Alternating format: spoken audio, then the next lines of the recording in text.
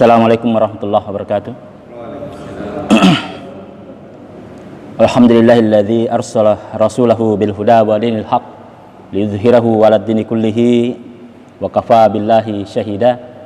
Asyhadu an la ilaha illallah wahdahu la syarikalah wa asyhadu anna Muhammadan abduhu wa rasuluh la nabiyya wa la rasula ba'da. Allahumma salli ala Muhammad wa ala alihi wa ashabihi ajma'in, amma ba'du.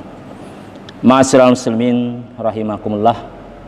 Tak henti-hentinya dan tak pernah bosan lisan ini untuk senantiasa bersyukur kehadirat Allah Subhanahu wa taala atas karunia dan nikmatnya yang senantiasa dilimpahkan kepada kita hingga di petang hari ini. Seperti biasanya kita masih diberi kesempatan untuk menunaikan ibadah sholat maghrib secara berjamaah. Adalah sebuah bentuk ketaatan kita kepada syariat Allah Subhanahu wa taala. Dan demikian pula salawat dan salam senantiasa mengalir dari lisan kita, yang senantiasa kita curahkan kehadiran baginda Rasulullah Muhammad sallallahu alaihi wasallam, nabi yang mulia diutus oleh Allah Subhanahu wa taala agar kita menjadikan beliau sebagai teladan, sebagai panutan di dalam kehidupan kita. Ma'asyiral muslimin, semoga dirahmati Allah Subhanahu wa taala. Ya. Tadi saya menyampaikan sebuah mukaddimah berasal dari potongan ayat yang mengatakan huwallazi arsala rasulahu bil huda wa dinil haq. Dialah Allah Subhanahu wa taala yang telah mengutus rasulnya bil huda dengan membawa petunjuk, wa dinil haq dan membawa agama yang benar, liyuzhirahu 'ala dini kullihi, agar dimenangkan atas segala agama, atas segala aturan hidup. Ya, wa kafa billahi syahida, dan cukuplah Allah Subhanahu wa taala sebagai saksi. Ada dua ayat yang seperti ini. Satu diakhiri dengan wa kafa billahi syahida, satu diakhiri dengan walau karihal musyrikun. Walaupun orang-orang musyrik membencinya. Masyaallah muslimin, semoga dirahmati Allah Subhanahu wa taala. Ya, sebagaimana materi pekan lalu tentang kemuliaan Islam, dan inilah sebagai bentuk kesyukuran kita telah berada di bawah naungan Islam dan sebagai kemuliaan bagi kita. Karena disitulah letaknya petunjuk. Di luar Islam maka sama sekali bukan sebuah petunjuk. Dalam surah Al-An'am ayat 125 Allah Subhanahu wa taala berfirman, wa may yuridillahu ay yahdiyahu, barang siapa yang Allah Subhanahu wa taala kehendaki dia mendapatkan petunjuk, ya naniga-niga nakelori fungal taala lolongang apa tirong yasrah sadarahu lil Islam, dilapangkan dadanya untuk menerima Islam. Jadi lapang dadanya itu menerima aturan-aturan Islam, lapang dadanya. Ya, kadang-kadang seorang muslim walaupun dia beragama Islam, namun kadang-kadang terhadap aturan-aturan Islam memang sebagian dia menerimanya, namun sebagian lagi dia tidak menyukainya atau membencinya. Maka ini tidak termasuk di sini, karena yang Allah Subhanahu wa taala kehendaki mendapatkan petunjuk adalah ketika betul-betul dadanya itu lapang menerima seluruh bagian daripada al-Islam. Wa may yurid ayyudillahu, dan digatosin nasan nakalur fungal taala mancaji taufusa yaj'al sadrahu doyikon harajan. Ya, maka Allah Subhanahu wa taala menjadikan dadanya itu sesak dan kesulitan. Ya, dadanya itu sesak seperti orang yang sesak nafas. Ya, dan dia dalam kondisi kesulitan, ka'annama yas'adu fis sama, seperti orang yang mendaki ke langit.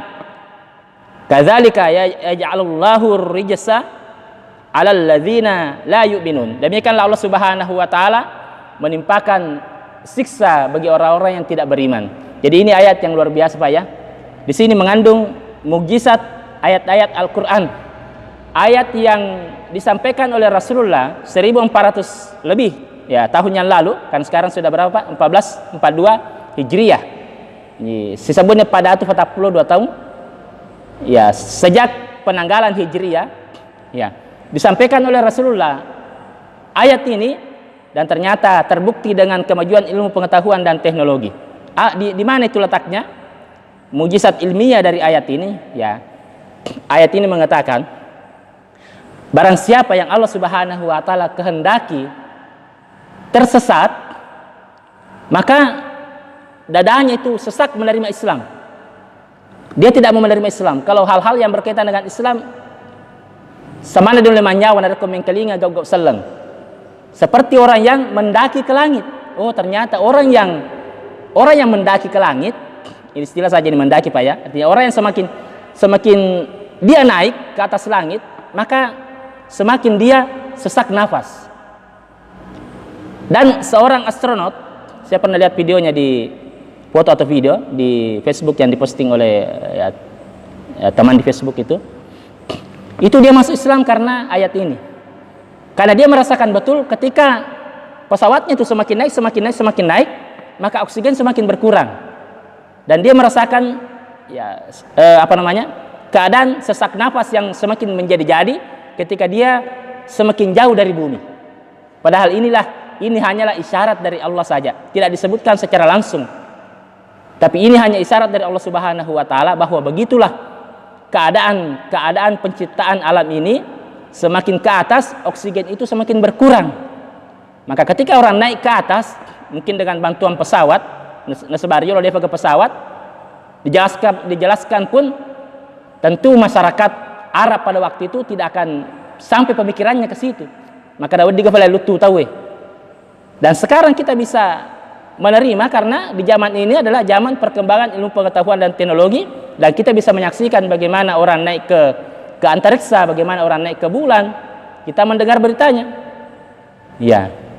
Dan ini adalah sebuah bentuk mujizat ilmiah dari Al-Qur'an. Ya. Sesuatu yang gaib yang belum ditemukan di zaman ketika Al-Qur'an ditemukan, baru ditemukan di era perkembangan ilmu pengetahuan dan teknologi. Nah, jadi Allah Subhanahu wa taala di sini memberi perumpamaan. Kalau orang itu dikehendaki mendapatkan petunjuk, yang petunjuk itu mengantarkan ke surga, maka lapang dadanya itu menerima syariat-syariat Islam. Ya. Nareko ayat aja narampe tawe, nareko hadis narampe tawe. Ai kuku nih. Ya. Dia akan terima ketika itu sudah punya dalil-dalil tertentu. Ya, kalaupun memang ada perbedaan pendapat di dalamnya, dan kita tahu juga ada berbeda pendapat. Ketika kita tidak menerima pendapat teman kita yang berseberangan dengan pendapat kita, bukan tidak menerima hadisnya, bukan tidak menerima ayatnya, tapi dalam hal ini memang dibolehkan untuk berbeda pendapat ketika hal itu memang berkaitan dengan khilafiyah. Sesuatu yang dalam agama tidak jelas maknanya, ulama berbeda pendapat, maka dalam hal ini ketika kita tidak menerima pendapat saudara kita, bukan berarti tidak menerima kebenaran. Ya, karena dalam hal ini banyak kebenaran, dan perbedaan itu pasti sebuah keniscayaan, pasti terjadi. Karena di zaman Rasul saja, para sahabat juga banyak berbeda pendapat. Ma'asyiral muslimin rahimakumullah. Ya, indikasi ayat ini juga bahwa ya ketika kita berada dalam naungan Islam, maka kita akan diberi kelapangan dada. Ya, lapang dada kita untuk menerima berbagai persoalan hidup. Ya, makanya dalam ayat lain disebutkan, wa man a'rada an dzikri fa innalahu ma'isyatan donka wa nahsyuruhu yaumal qiyamati a'ma. Barang siapa yang menjauhi peringatan dari Allah, ya, menjauhi Al-Qur'an, fa innalahu ma'isyatan donka, maka dia akan mendapatkan kehidupan yang sempit. Wa nahsyuruhu yaumal qiyamati a'ma. Dan di akhirat nanti dia akan dikumpulkan, ya, dibangkitkan dalam keadaan buta, dalam keadaan tidak melihat. Ya, qala rabbi lima khasartani a'ma.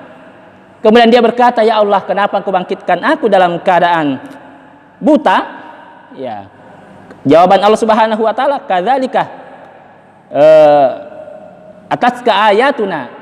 Ya, demikianlah telah datang ayat-ayat kami kepadamu, fanasitaha, tapi engkau melupakannya. Ya, engkau membelakanginya. Ya, wa kadzalika yauma tunsa. Maka demikian itu pula lah pada hari ini engkau dilupakan. Ya, jadi inilah hakikat Islam. Ketika dada kita dilapangkan untuk menerima Islam, pada saat itu juga dada kita lapang untuk menerima berbagai macam dinamika persoalan hidup. Maka orang yang berbahagia hanyalah orang-orang yang dekat dengan Islam. Orang yang berbahagia kehidupannya hanyalah orang-orang yang dekat dengan Al-Quran. Orang yang berbahagia kehidupannya hanyalah mereka yang dekat dengan petunjuk-petunjuk Rasulullah, hadis-hadis Rasulullah, sunnah-sunnah Rasulullah. Itu adalah jaminan dari Allah Subhanahu wa taala. Berapa banyak orang yang salah kaprah. Ya. Ketika dia menyangka kebahagiaan hakiki letaknya pada harta, kebahagiaan hakiki letaknya pada popularitas, keterkenalan. Ya, banyak disanjung orang, dipuji-puji orang. Ketika mereka mengatakan kebahagiaan itu ketika kita memiliki jabatan yang tinggi, memiliki kekuasaan, namun toh mata kita terbuka dan terbelalak melihat mereka-mereka yang kehidupan dunianya sudah memiliki semua yang saya sebutkan tadi, baik harta benda yang berlimpah, baik itu popularitas, keterkenalan, baik itu jabatan, kekuasaan, semua sudah mereka miliki. Namun apa yang terjadi? Berapa banyak orang yang selingkuh dengan laki-laki lain, padahal dia sudah kaya. Ya, suaminya memberi penghasilannya luar biasa, dia terkenal, suaminya juga terkenal, namun dia masih selingkuh dengan laki-laki lain. Berapa banyak orang yang sudah memiliki kekuasaan, ya, namun dia mempertaruhkan kekuasaan dan nama baiknya itu hanya untuk segelintir harta saja. Apakah dia tidak berpikir alangkah malunya dia ketika ternyata ketahuan korupsi kemudian dipenjara dan menghabiskan waktunya berpuluh-puluh tahun di dalam penjara? Apakah tidak berpikir bagaimana nanti anak cucunya itu di mana dia menahan rasa malu ketika teman-temannya mengatakan orang tuamu adalah seorang koruptor? Di mana letak kebahagiaan itu? Ya, kita banyak salah kaprah dalam menerjemahkan tempatnya kebahagiaan. Seorang artis yang terkenal keluar masuk penjara karena kasus narkoba, itu pun sudah kita lihat. Ya, seorang pelawak terkenal yang kita mengatakan mungkin pelawak itu pasti bahagia kehidupannya. Karena kenapa? Dia mencari uang dengan cara membuat orang tertawa, dan juga dia hidup dalam komunitas yang orang-orang itu senang dan tertawa. Dia jaga kafa cau nyamang nyiro jama-jamana pelawak yang sebab tu 5 rio di bawah, tu 5 cawa di bawah. Dia miro fikiri ke maka dapat kogo cara atau sapa kata-kata atau macawa tahu we nyama pagar jama-jamana pelawak. Mungkin mereka yang paling bahagia kehidupannya.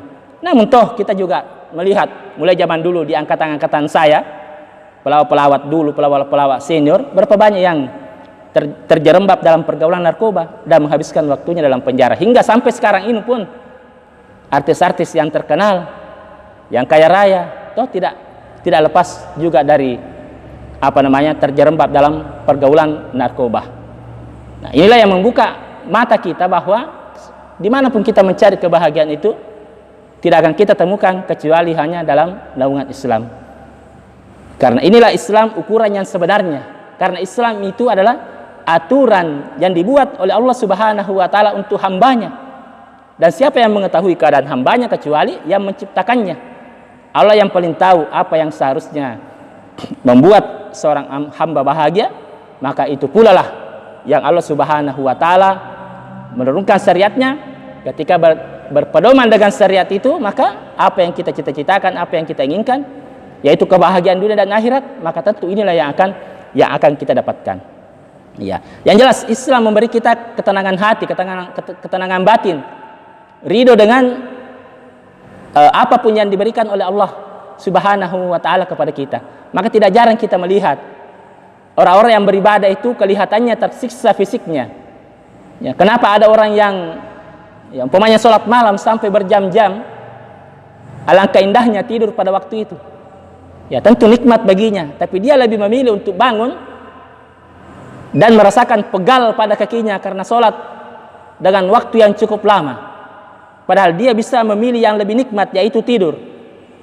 Tapi siapa yang tahu bahwa pada saat itu ruhnya, jiwanya, hatinya jauh lebih bahagia daripada dia menghabiskan waktu malamnya dengan tidur. Berapa banyak orang yang duduk berjam-jam, bahkan mungkin sendirian di tempat sepi, di hadapannya hanya ada sebuah mushaf Al-Quran.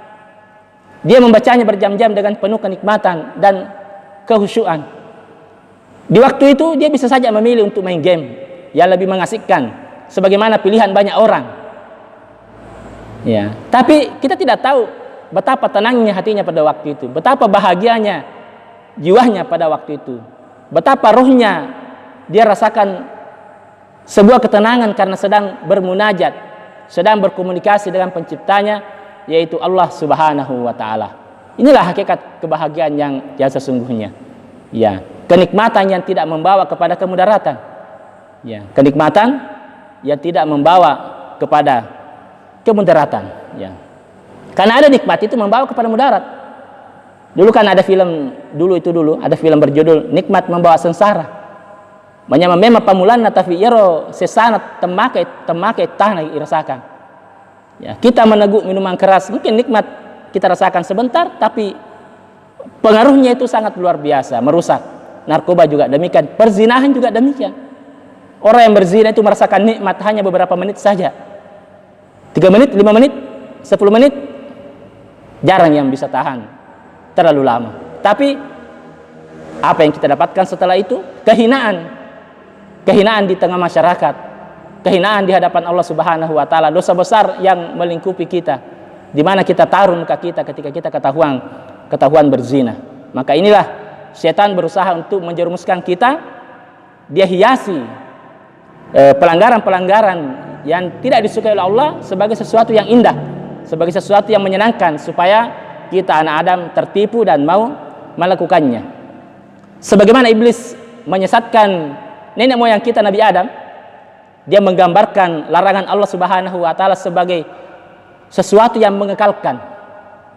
Iblis berkata kepada Nabi Adam, hal adullukum ala sajaratil khuldi wa mulkil la yabala. Ya, maukah engkau Adam aku tunjukkan sebuah pohon, ketika engkau mendekati dan memakan buahnya, maka engkau tidak akan binasa.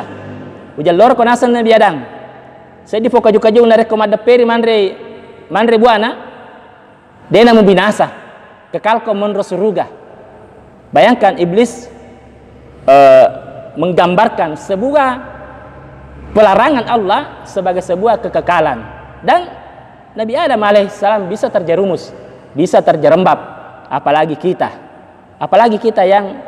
yang sangat jauh sekali keimanan kita dari Nabi Adam alaihissalam.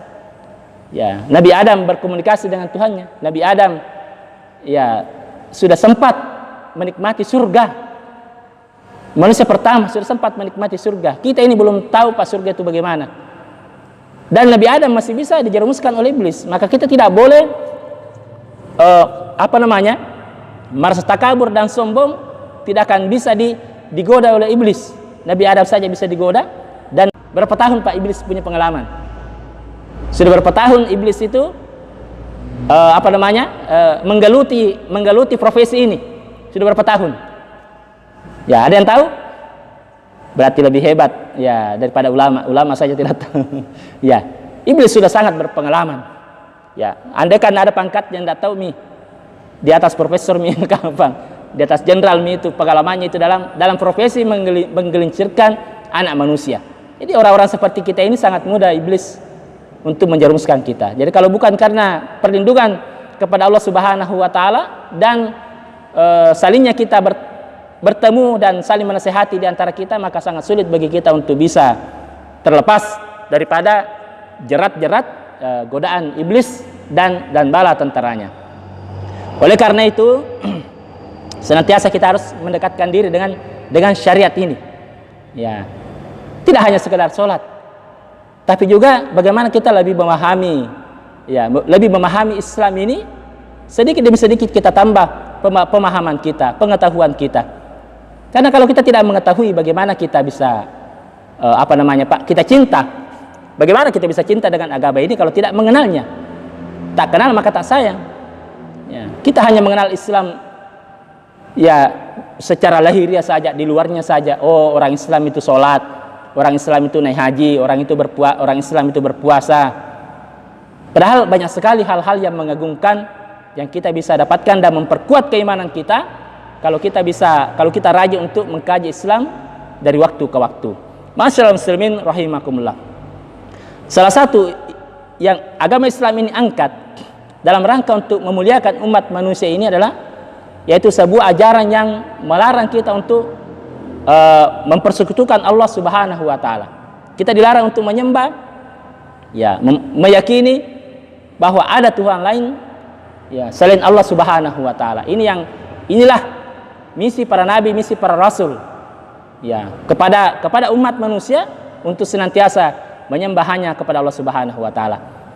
Makanya diibaratkan dalam sebuah ayat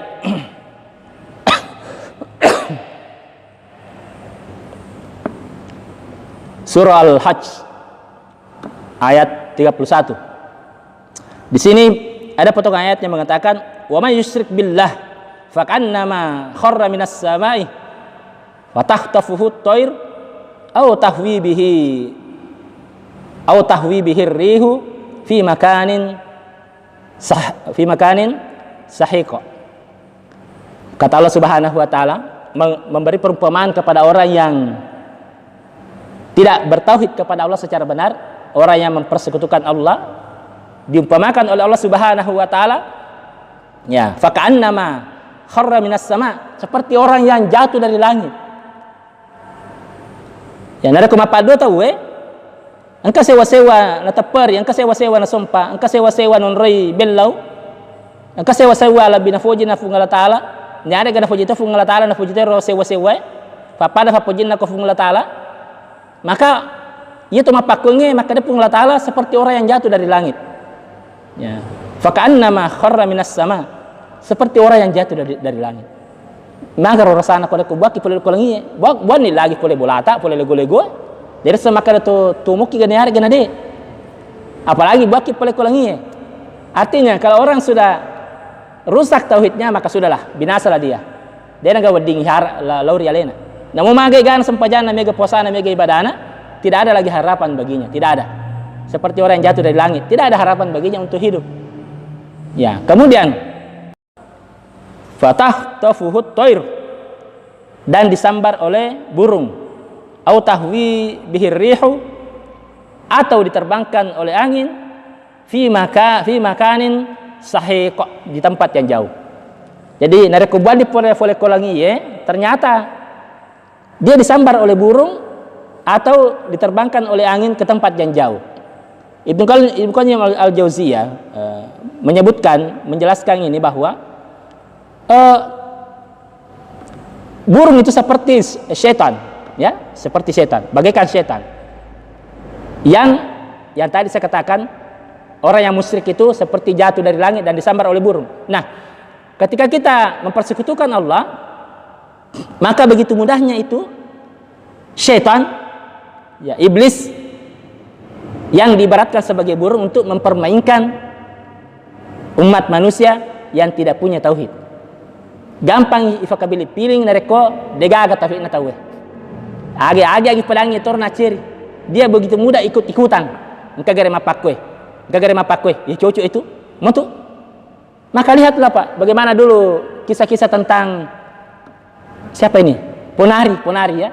Ada dulu itu anak kecil yang punya batu ponari. Ketika dicelupkan di air, maka air itu diminum maka menjadi obat. Katanya bisa menyembuhkan berbagai penyakit, dan berdujung-dujung orang untuk ke sana untuk mendapatkan berkah dari batunya ponari.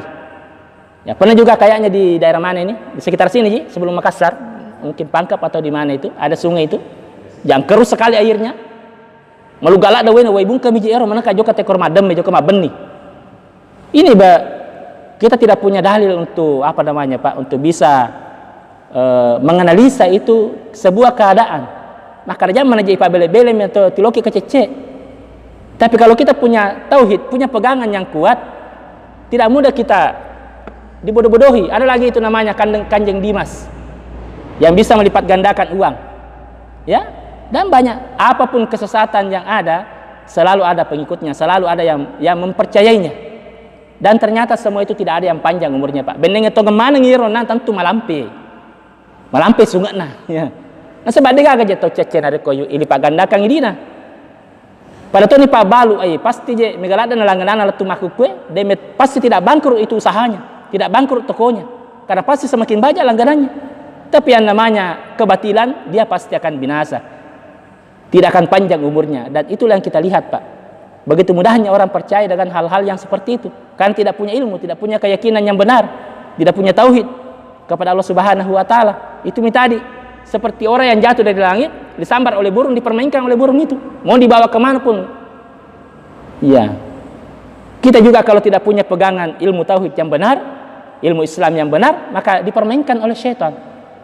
Apapun yang dibisikkan oleh syaitan kita ikuti, kita laksanakan, dan ternyata itu mempersulit kehidupan kita tanpa kita sadari. Ya, termasuk narkomatan rasu kipaya, kaya sang somaja, kaya sang somadece. Kadang-kadang wudi ini jama masih di jama-jama, desi ini jama nasaba, maka ada kimajaya rasu. Pernah saya mengantar lemari ke daerah Jogja. Ternyata ya rufun lemari, nasing majaya rasu. Ya jadi na fendre ya bolana ya rasu lemari, pa perume ya lo ko beli bolana. Ya, ya menyamatona iya nasabari no bating ipendre. Cocok nih itu. Padahal harus jadi dakwah Pak ya. Ya. Ya, itulah sebetulnya Pak. Islam itu sebenarnya ingin melapangkan kehidupan kita. Kuma kata ni masaki ko agama salangnya, dia to malemma ero kecece. Kita mudah kehidupan kita, tidak akan sulit. Karena Allah Subhanahu wa taala, yuridullahu bikumul yusra wala yuridu bikumul usr. Allah menghendaki kemudahan bagimu dan tidak menghendaki kesulitan. Itu misi agama ini. Agama ini menghendaki kemudahan bagi kita dan tidak menghendaki kesulitan bagi kita. Itu agama ini, Pak. Ya, ini kesin agama salangnya narko. Tomace ko agama ta si bama deceng, ipelajari agama ta si bama deceng, banyak kelapangan-kelapangan yang bisa kita dapatkan. Tapi kalau kita tidak belajar, maka inilah biasa timbul kesulitan-kesulitan. Contoh kecil saja. Orang berhubungan suami istri di malam bulan Ramadan. Ya, mungkin sebelum tengah malam dia sudah berhubungan suami istri. Belum mau tomare subuh tete sedih. Nah sebab itu biasa maro waktu nade foto guru tamele ki mare subuh. Dan aja teman subuh sana mare taga beni. Keluarga kamu biasa rumah beli bola kak. Ya tengah malam sudah kelihatan mandi. Maju macam taga beni itu nasa. Melaka mare subuh. Nasa ngiro dena sandre subuh nareko ajunu kaki. Itu Pak agar persulit oleh nareko makura padisenge ko gama. Terpaksa came taga bani nasaba nasa ngiro dena sandre subuh nareko junukangi. Padahal junub itu ya kaitannya itu dengan sholat saja, bukan dengan puasa. Namun tu tengah ki puasa, ternyata mimpi basah ki tengah soe, itu na batal puasa ta. Ya, karena tidak ada hubungannya. Dia hubungannya dengan sholat. Karena kita harus membersihkan diri. Ya, orang sholat itu harus suci dari hadas besar dan hadas kecil. Nah, inilah makanya semakin kita memahami ilmu tentang Islam, maka semakin mudah kehidupan kita. Saya ingin memberikan sebuah kisah tentang ini tadi ya, saya lupa jelaskan ya. Atau dia diterbangkan oleh angin ke tempat yang jauh. Ya, angin itu diibaratkan sebagai hawa nafsu. Hawa nafsu. Jadi, kalau kita jauh dari tauhid kepada Allah, maka hawa nafsu inilah yang akan menerbangkan kita ke mana-mana. Agi nafuelo ya hawa nafsu ta itu ni ciri, itu ni ikuti. Walaupun pada ujungnya timbul penyesalan dan penyesalan. Lihatlah orang-orang yang tersandung tindakan kriminal. Ya, kriminal. Ketika dia diwawancarai, saya sangat menyesal. Saya sangat menyesal melakukan ini. Kenapa saya lakukan? Itu karena ketika dia melakukan, dia sedang dimainkan oleh hawa nafsunya. Ketika hawa nafsu itu tidak lagi menguasainya, dia kembali kepada kesadarannya, akal sehatnya, baru dia merasakan penyesalan. Karena ketika dia melakukan itu, hawa nafsu yang bermain. Maka ketika kita tidak punya tauhid, keyakinan kepada Allah, maka seperti itulah keadaan kita. Mudah kita dipermainkan oleh syaitan, mudah kita dipermainkan oleh hawa nafsu. Ada sebuah kisah yang akan mengakhiri taklim kita pada malam hari ini adalah berkaitan dengan seorang sahabat. Sahabat ini pincang. Dia meninggal syahid ketika peperangan Uhud. Tapi sebelumnya, ya, sahabat ini adalah seorang penyembah berhala. Namanya Amr bin Jamuh. Amr bin Jamuh ini punya anak, ada 3 orang, Mu'adz dan Kholat. Ketika anaknya ini sudah lebih dahulu masuk Islam, berkat dakwanya Mus'ab bin Umair. Orang pertama yang ditugaskan berdakwah di Madinah adalah Mus'ab bin Umair.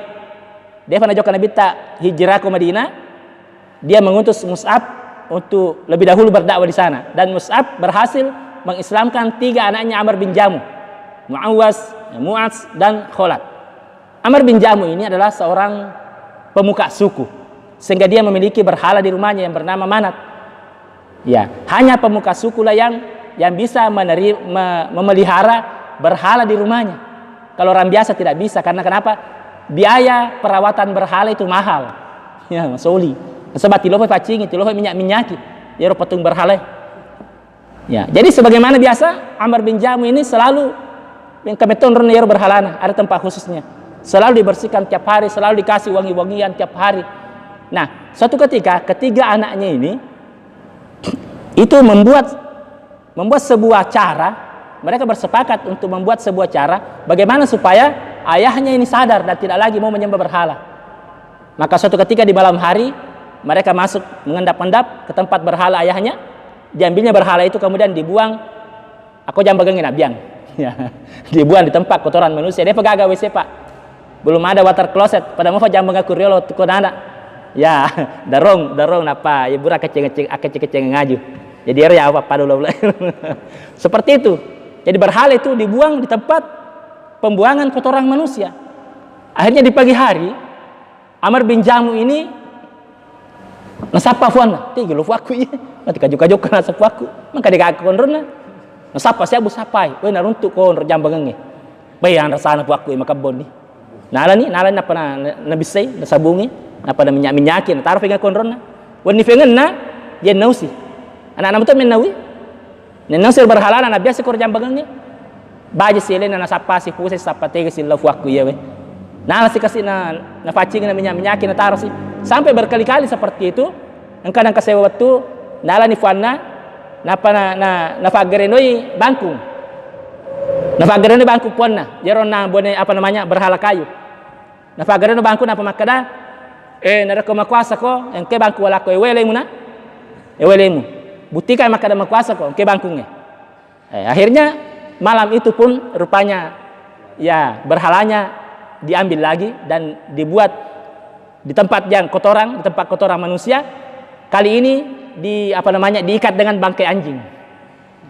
Diikat dengan bangkai anjing. Akhirnya paginya pun dicari kemana-mana dan dia pun mendapatkan. Pada saat itulah Amr bin Jamuh tersadar. Ya, dia kecewa pada Tuhannya. Ya, benasa dia mulai mewelem. Pekong caraan melo ko yala puang, sedangkan alemu dia mulai mewei. Padahal kena bangkung ya langi pacer nih. Ya. Inilah tersadarlah Amr bin Jamuh dan kemudian datang pula lah karib apa namanya ini teman-temannya tetangganya yang sudah muslim lebih dahulu yang memberi nasihat kepadanya. Akhirnya dia pun masuk Islam. Begitulah Pak, kalau kita tidak belajar Islam maka banyak hal-hal kebodohan yang mungkin masih sering kita lakukan dalam kehidupan sehari-hari kita, yang seharusnya sudah harus kita tinggalkan. Ya, dahulu itu saya ingat ya temu takuriolo nareko lesi wariolo becumo Pak. Ya, mungkin baru berapa tahun lah. Wengerang temu takuriolo maka biar telo ke jembatannya.